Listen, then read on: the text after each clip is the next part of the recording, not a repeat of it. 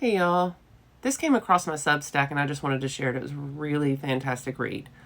Capitalism is Driven by Mental Illness by Caitlin Johnstone. I saw a fascinating tweet by Bloom Tech CEO Austin Aldred the other day that stirred up a lot of thoughts here.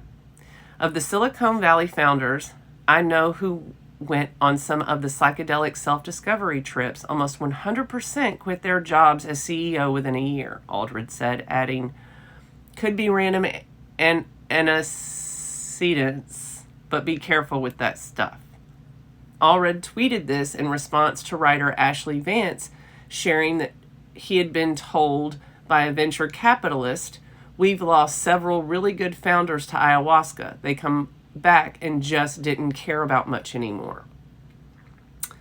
There's some very useful information in those words. They reveal a lot about the insane mess our species finds itself in today's world and prove insight into how we might find our way out. Tweet.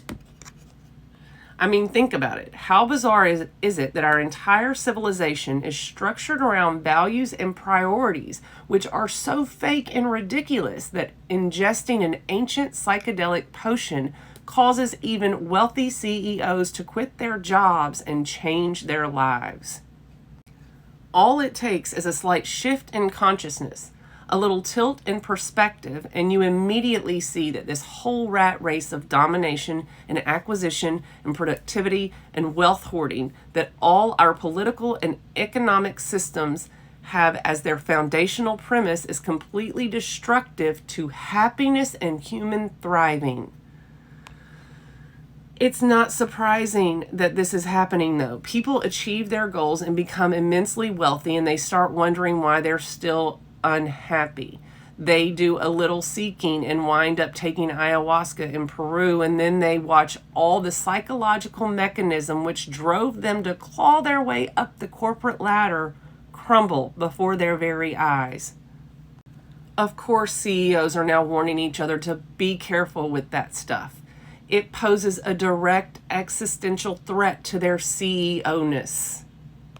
Psychedelics are useful not for the hallucinations they provide, but for the hallucinations they dispel. You actually have to be mentally ill to achieve what this profoundly sick society of ours defines as success. Your head has to be full of a bunch of fantasies and fictional narratives which have no basis in maternal reality. You've got to have a hole in yourself that cannot be filled with any amount of wealth or power or private jets or private islands. That's the only thing that can propel you to step on top of all the people you need to step on in order to become obscenely rich. And those are the hallucinations that a good hallucinogen can knock right out of your skull.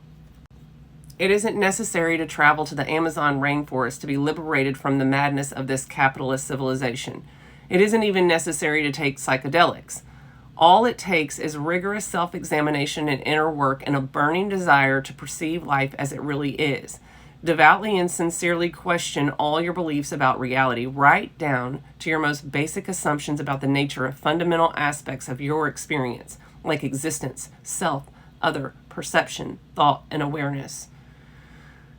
Find those gaping emotional wounds and maladaptive coping mechanisms within yourself, and with uncompromising self-honesty, bring them into consciousness to be healed. Do this and inner clarity becomes inevitable. The unavoidable fruits of deep, sincere looking make it impossible to sustain the will to do all the backstabbing and throat cutting necessary to obtain that next $1 billion. But they will give you the peace and well-being that you are actually looking for underneath that false desire. They will fill that hole you are trying to fill with wealth and achievement in our society's perverse definition of success. They will allow you to have real happiness, not because of anything you have accomplished or attained or won from your imagined competitors, but because you exist and because this world is unfathomably beautiful. That's all we're really seeing. That's what people are really going for when they dedicate their lives to becoming millionaires and then billionaires and then trillionaires.